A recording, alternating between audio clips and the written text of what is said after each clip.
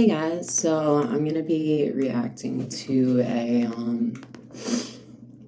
replay of a 6-way 3-on-3 team game. And yeah, so the interesting thing about this game was well, there are a few different interesting things about it. One of which was I was playing against Melon again, who I played against in a previous game that I released a video of a couple days ago, so you should definitely check that out. But this game actually was cut short prematurely, which was very unfortunate because it was a toss-up as to whose game it was at that point, whether Team 1 or Team 2 was gonna win. But yeah, in the southeast we have me playing as the, oh wait, that's not me. I always make myself purple, so I thought that was me. But no, yeah, in the north we have me playing as the Kushites.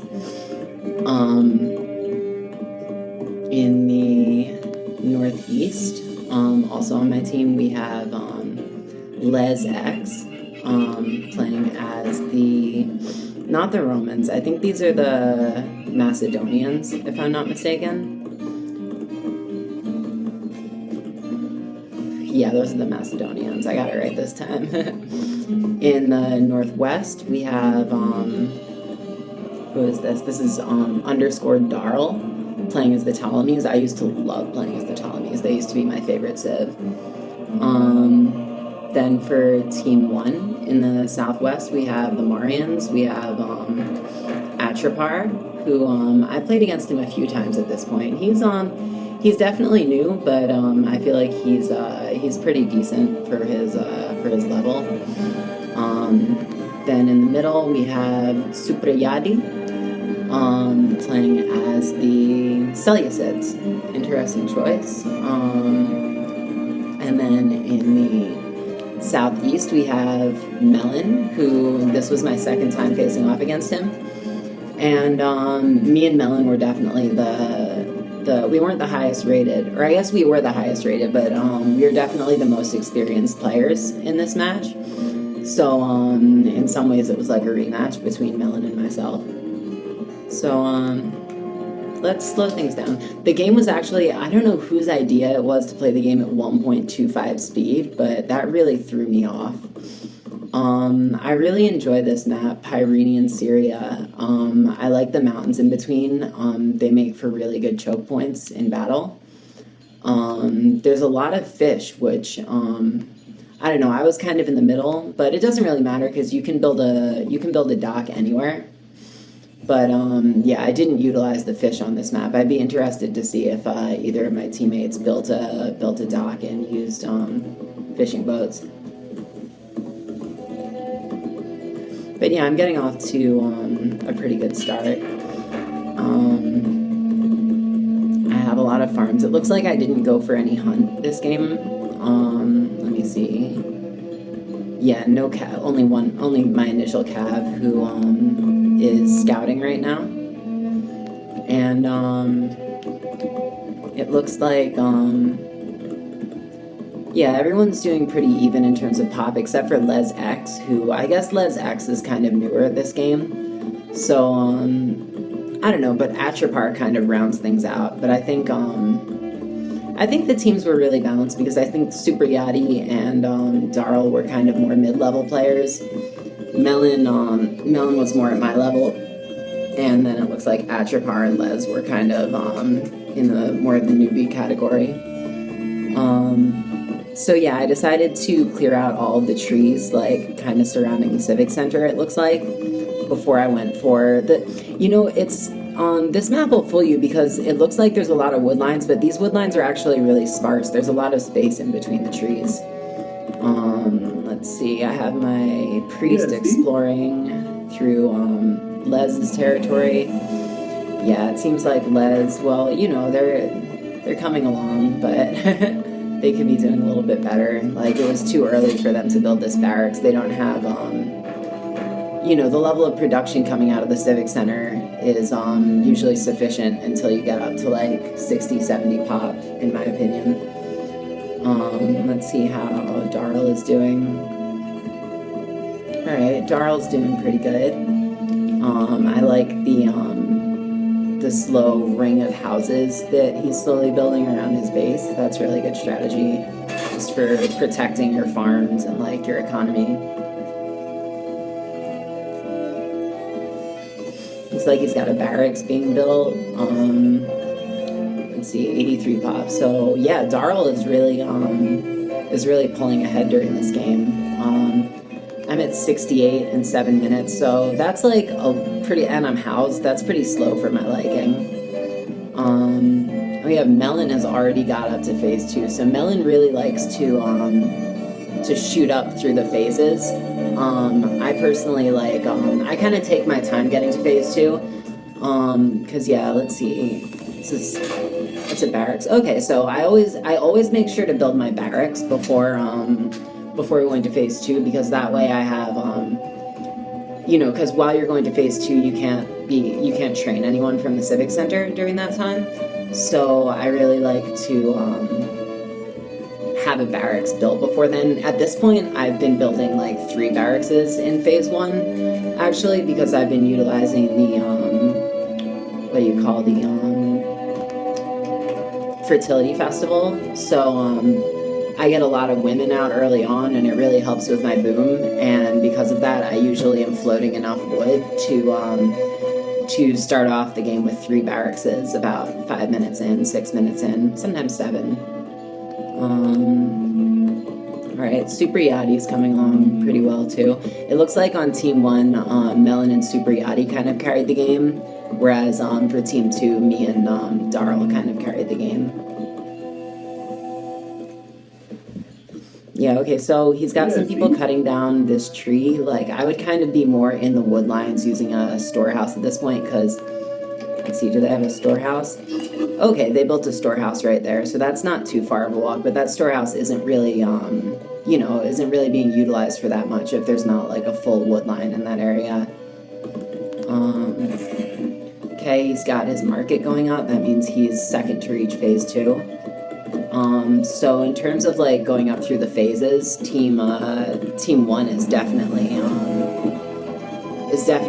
leading us up, but in terms of population, me and Darl are miles ahead, Melon and Supriyadi. The only one who's kind of lagging behind is LEZx on their team, and Atrepar on team 2. Alright, this is always an interesting strategy, building like a close wall of houses around your Civic Center. It's not something that I like to do because I like having the units come out of the Civic Center, be able to kind of go where they need to go. And also you notice you can't put any farms around the Civic Center, but honestly that's not like a huge drawback, because all it takes is an extra farmstead to kind of like take the place of your Civic Center. And you can build a bunch of farms around that second farmstead, but it looks like Atrepar only has 1. So yeah, this does, if you're trying to rob someone of their Civic Center, it is really helpful having a wall of buildings surrounding it, so that you can only kind of like encircle it halfway or less than that. One thing I noticed is that Atrepar has almost nobody on the wood lines. Almost nobody or no one. Yeah, Atrepar doesn't seem to be collecting any wood at all, other than this one person right here chopping down trees. And okay, he's got like 5 over here.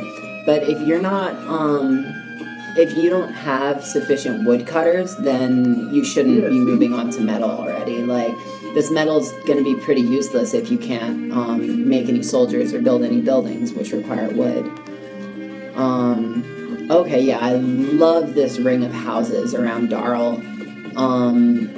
What I don't like is there's only like this one narrow pathway to get through, so if he needs his soldiers or women to like walk in and out of this encirclement, it's going to be difficult. But yeah, I always used to do this exact same thing when I used to play as the Ptolemies. They used to get free houses in Alpha 23. Now they get now they get low price houses, which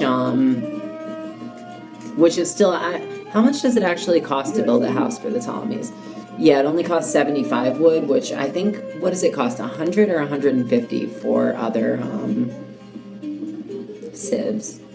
Yeah, normally wood costs 150, so they have half-price houses, which is so helpful for your boom early on in the game. You can utilize all of that extra wood, put it towards making soldiers, upgrades, whatever you need it for, barracks. And I believe their storehouses and their farmsteads are also half price. 100, that's a storehouse, and 100.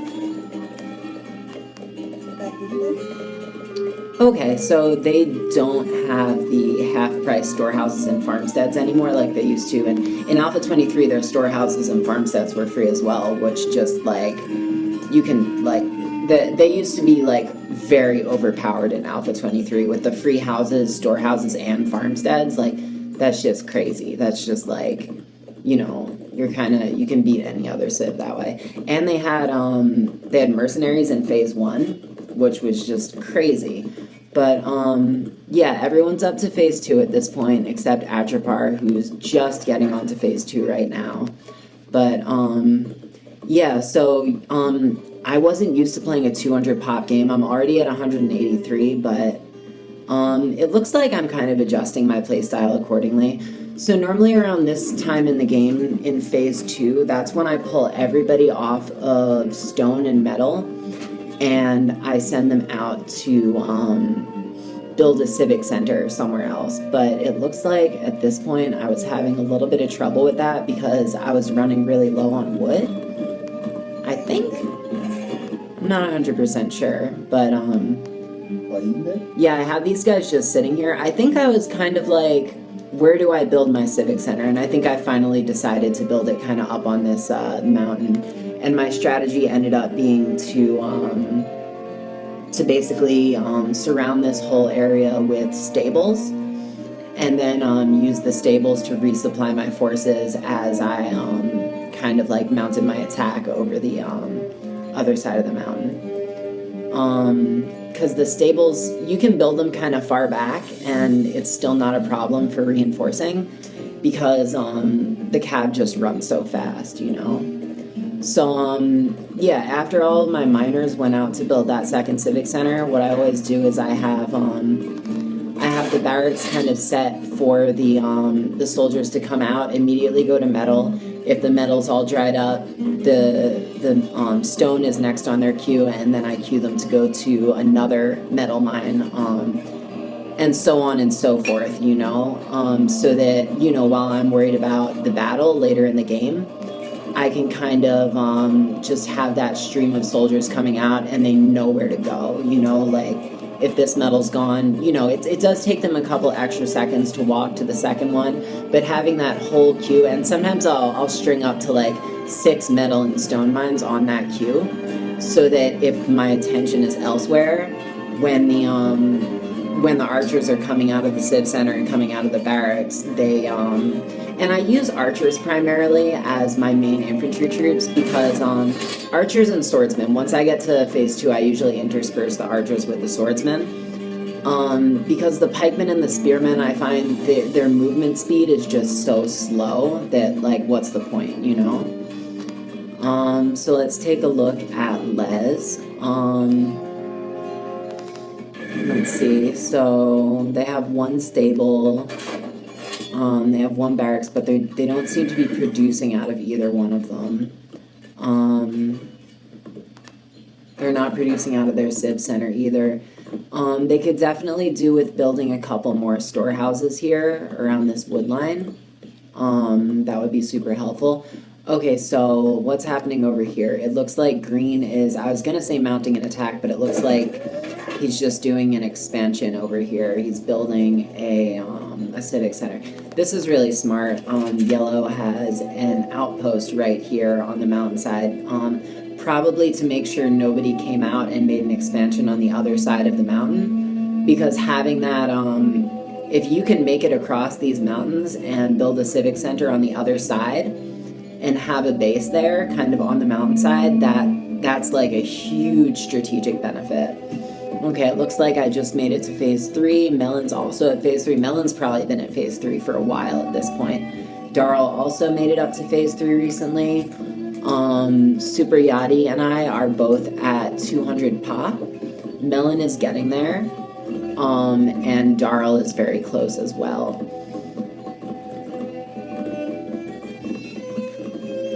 So yeah, it looks like Supriyadi is using this military colony to gather resources around his area of expansion. He's collecting stone. Now, I don't know a lot about the, what is he playing as? The Seleucids? I don't know a lot about the Seleucids. I don't know if stone is like more beneficial for them. But yeah, if it were me, I would be going for this metal right here. I would have built the military colony here and had like a little storehouse right there, and I'd have people collecting metal. But I'm really not sure what the playstyle of the Seleucids is, and if they, you know, if that type of strategy really warrants gathering a lot of extra stone. Okay, so over here it looks like Darl is mounting an attack. In the meantime, I'm still building up my reinforcement infrastructure, which is going to be 8 stables. But Darl already has quite a few stables back here, and he is about to go in. Meanwhile, Supriyadi is kind of... Oh, okay, so he was going for an expansion, but Supriyadi was not having that. I don't know if Yellow notified Supriyadi, if Atrepar notified Supriyadi of the expansion.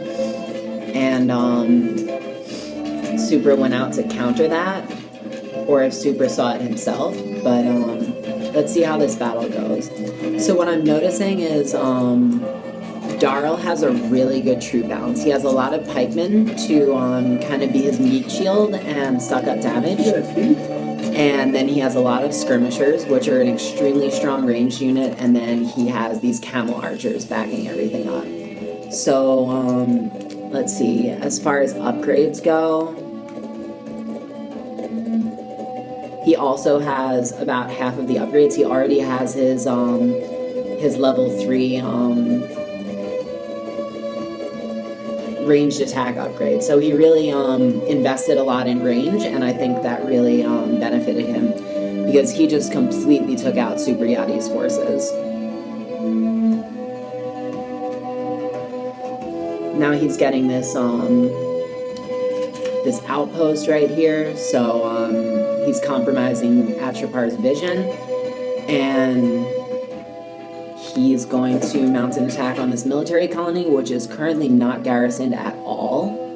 So he should be able to take it pretty easily, but for whatever reason, it looks like he may be retreating. No, he was just changing formation. So he's getting the camel archers to take care of these infantry over here, while his pikemen and I'm assuming skirmishers or slingers. Yeah, his slingers and pikemen. And then after all the troops were taken care of, he goes and he makes his he kind of robs Supriyadi of his expansion, robs him of this tower. So yeah, Supriyadi really should have like garrisoned this immediately. Or a lot earlier, but I don't really know that it would have done him much good, seeing as Darl just has this crazy amount of troops right here.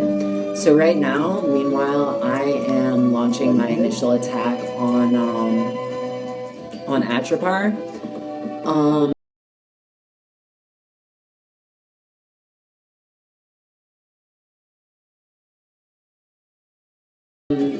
I definitely should have put more, and this was where the 200 pop kind of messed me up, because I would have a lot more swordsmen and a lot more of these mace men interspersed with my army normally, initially, but as it is, I only have ranged troops here.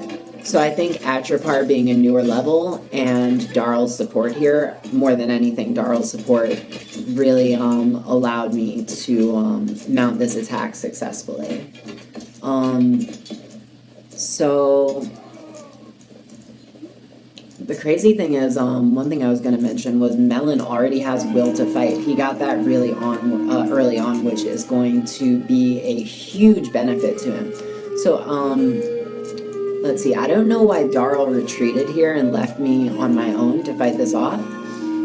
Because his troops, well, I guess, okay, so they're reinforcing their position here.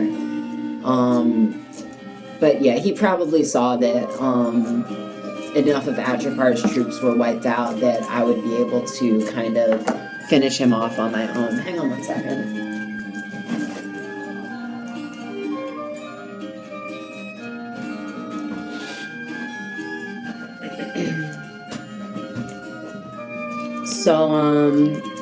So yeah, now I'm making territorial gains. I'm taking over Atrepar's buildings one by one.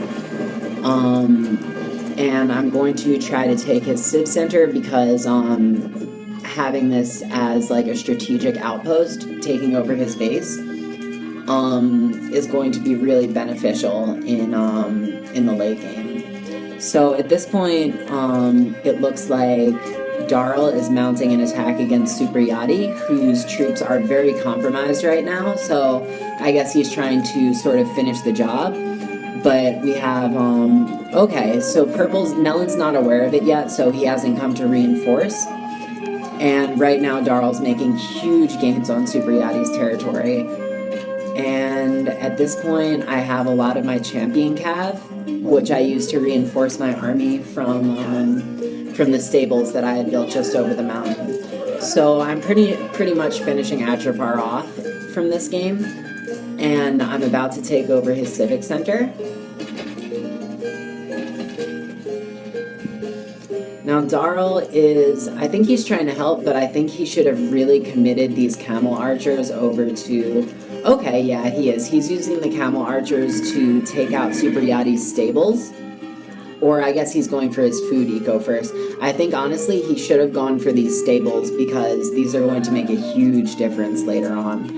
In the meantime, Melon is just beefing up his economy. He's trying to get as much wood as he can so that he's going to be able to reinforce in the late game. All right, and now we finally have some assistance from Les. He sent 5 of his cavalry over to help. But yeah, I've taken out Atrepar's troops for the most part. He's down to 14. I'm not sure where they are. I think they might be in... Okay, 9 of them are in these houses. I'm not sure where the remaining 5 are, but yeah, I'm pretty much going to be taking this territory. My vape's out of batteries.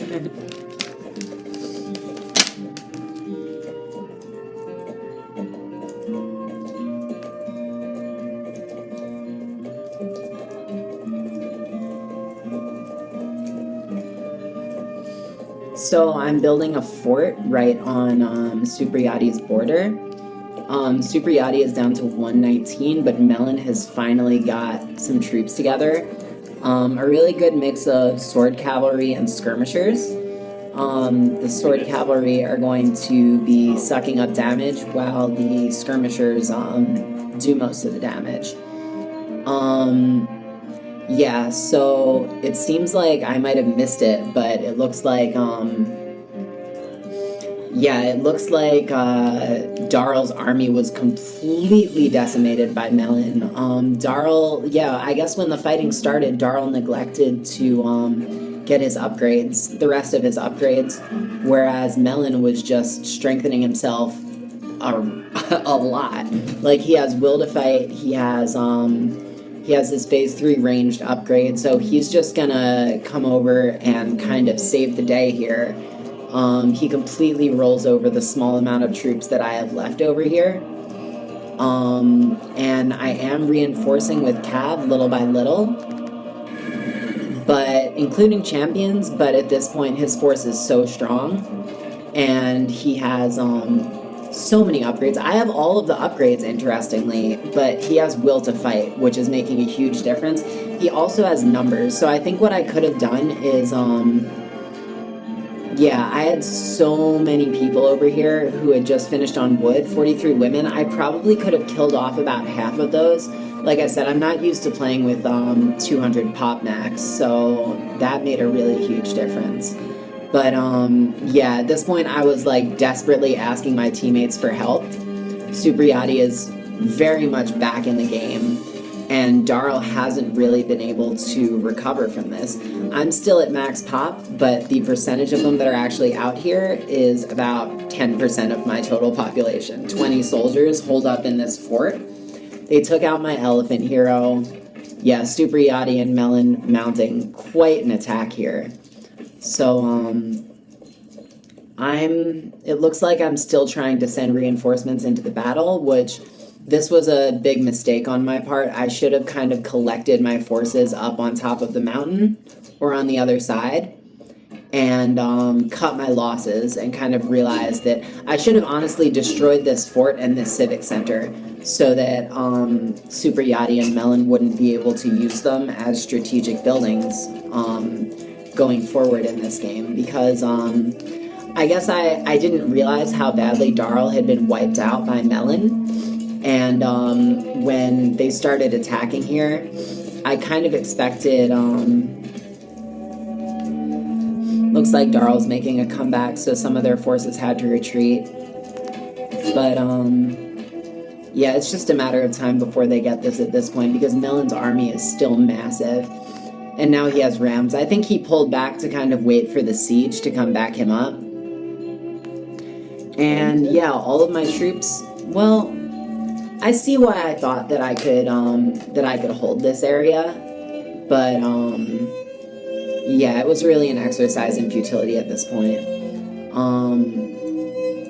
Slowly but surely, Supriyadi is getting more of his upgrades, beefing up. Darl was a huge asset during this game, and I think him neglecting to get the remaining upgrades really hurt us. Melon is just having no problem reinforcing.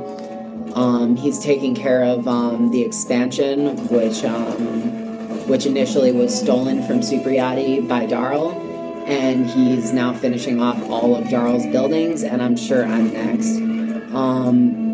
He has quite a massive army. Let's see what bonuses this hero gives.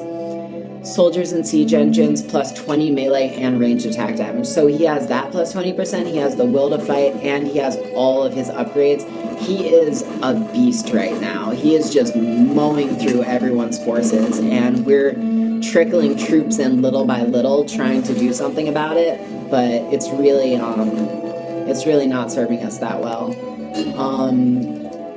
I only now have 10 troops left in this. Okay, so I sent the other ones out to build the Grand Temple of Amun in order to kind of attempt to reinforce my position. But again, I think, oh, that's such a waste. These women just standing here who could be gathering wood. I mean, realistically, I'm not hurting for wood at all, but just this space that they're taking up in my population is kind of ridiculous.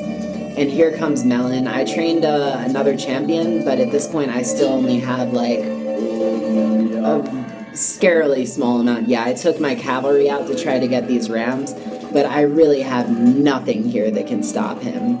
And I'm wondering to myself, where is my entire army? I hid my hero inside the civic center. I really should have ran her back to the other side because there was no fighting this.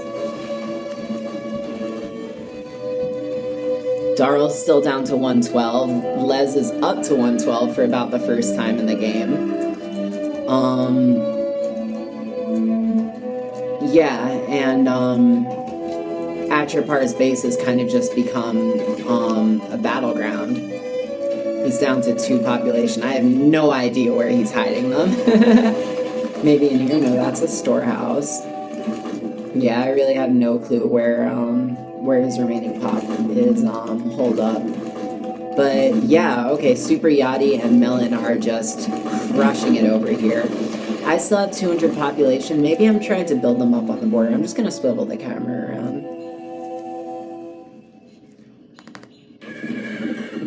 So yeah, I have 200, but I really don't know where they all are. I think some are here, you know, these could be more concentrated at a wood line. A lot are over here getting metal, but it looks like I managed this very poorly because there's still half a metal mine over here, and I have all of these idols over here just chilling when they could be getting this metal.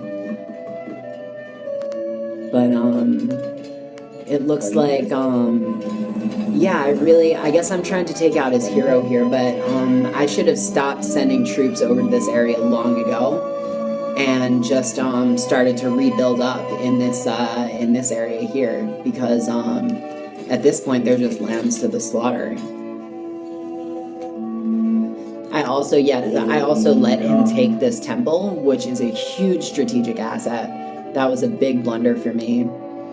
Daryl's back up to 156, you know, I feel like he could have made that population up a lot faster, but maybe he was fighting somewhere and I was missing it. I'm still at 200, so as it is, things have kind of just been taken back to zero, you know? They have all of this territory. They haven't made any incursions, so even though Melon was kind of like sweeping through everything, wiping us out, he was only wiping us out on their side of the mountain. So we've technically been on the offense, and they've been on the back foot for this entire game up to this point. But yeah, it goes on for a bit longer. Les is here, holding space for us.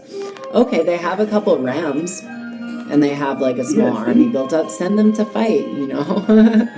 But they also started getting their upgrades, which is good. But yeah, we could have really used those extra reinforcements. So now me and Darl are building up right in this little valley here. We're both back up to max pop. And I think somewhere around now, Darl said go in the chat. Looks like Atrepar is pretty much giving all of his resources up to Supriyadi, which I don't understand why he didn't do that as soon as I took his base out earlier. But yeah, he hasn't resigned, which is interesting because on a psychological level, I feel like even if your teammate is not really pulling their weight, so to speak, I think resigning kind of decreases the morale of the team overall. So here we go. We both sent in our troops. I believe both of us did. Yeah, we both sent in a bunch of troops. Those pikemen that Darl has facing off against those cavalry look really good. It seems like we were able to pretty much take out his entire force there. Yeah, we completely massacred Melon's cavalry, but I have a feeling that he's going to reinforce very quickly. So now we're facing off against Supriyadi. Now it doesn't look good for my cavalry. I have 14 sword cavalry and 3 champion cavalry here, and those pikemen and spearmen are really going to be dangerous.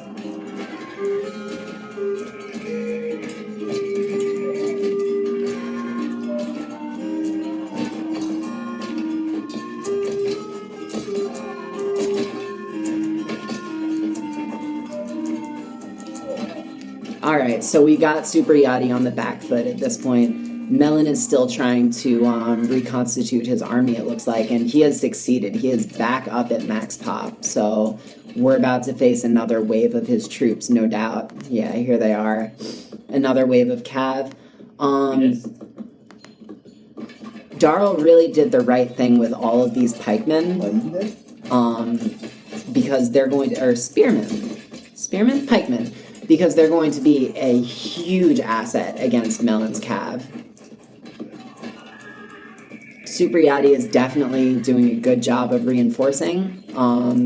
He's not running out of wood anytime soon, but I think I do take out his food eco shortly, which is a concern for him. He only has about 2,500 food at the moment. So me and Darl are still fully armed to the teeth.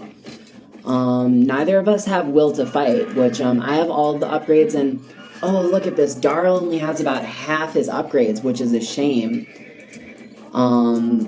That could have really been a decisive factor if we got to finish this game. I really think it could have.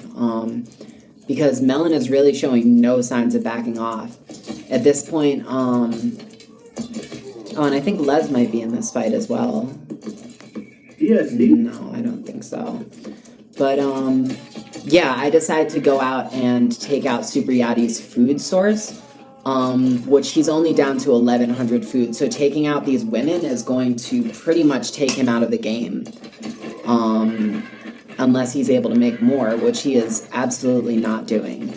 Meanwhile, Melon's Cav are causing a lot of trouble. They've got Darl down to 168. I'm still at 200, though. I don't know where all of my troops are. Okay, now Les is finally sending in a battalion of some rams, some swords, some archers, some pikemen, and some companion cavalry, which I'm not... Are they heavy cavalry? Or they're spear cavalry. Okay, so this is a really good force that Les got together and is now sending in. It looks like Supriyadi and Melon are kind of... They're finishing off what's left of Darl's troops, and they have him down to 100.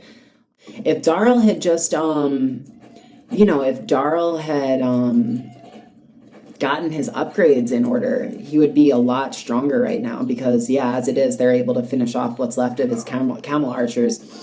I have a new group of troops now linking up with Les, and we definitely have Melon and Super on the back foot right now.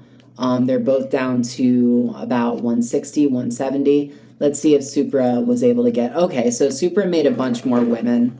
So he's going to try to get his eco back together, but he's down to 270. It's going to take a bit of time to get that food back together. And in the meantime, looks like Les has about half of their upgrades. And